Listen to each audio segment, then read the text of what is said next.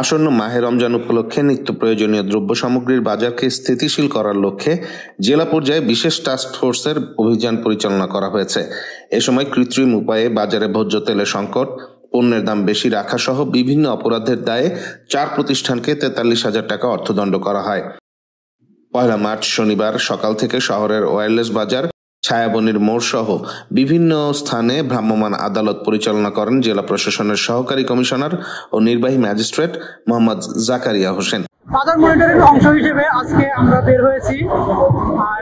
Wireless এবং ওয়্যারলেসের 3টা প্রতিষ্ঠানকে আমরা জরিমানা করেছি। তারা বাজারে কৃত্রিম সংকট তৈরি করতেছে। তারা সয়াবিন তেল বিক্রি করতেছিল না। যারা সয়াবিন তেল কিনতে আসতেছিল তাদেরকে ফিরে দিচ্ছিল এবং তারা বলছিল সয়াবিন তেল কিনলে সাথে আরো অন্যান্য প্রোডাক্ট কিনতে হবে। সরেজমিনে দেখা যায় শহরের ওয়্যারলেস বাজারের বেশ কিছু মুদি দোকানে ভোজ্য তেলের কৃত্রিম সংকট তৈরি করে অতিরিক্ত মূল্যে বিক্রি করছে। এছাড়াও ভোজ্য তেল ক্রেতাদের কাছে বিক্রি না করে অবৈধভাবে মজুদও রেখেছে বেশ কিছু দোকানদার। পরে দোকানের গোডাউন থেকে সেসব পণ্য উদ্ধার করে জনগণের কাছে বিক্রির উদ্যোগ গ্রহণ করেন বিশেষ টাস্কফোর্স কমিটির সদস্যরা।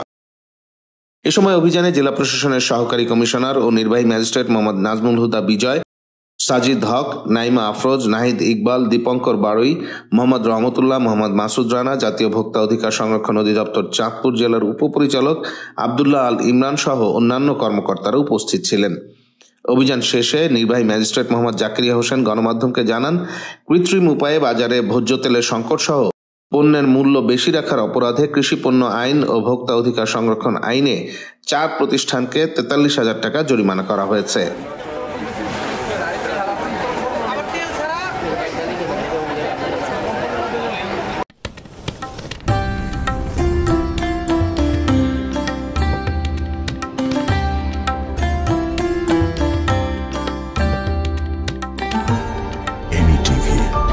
স্বাধীন বাংলার স্বাধীন কণ্ঠ।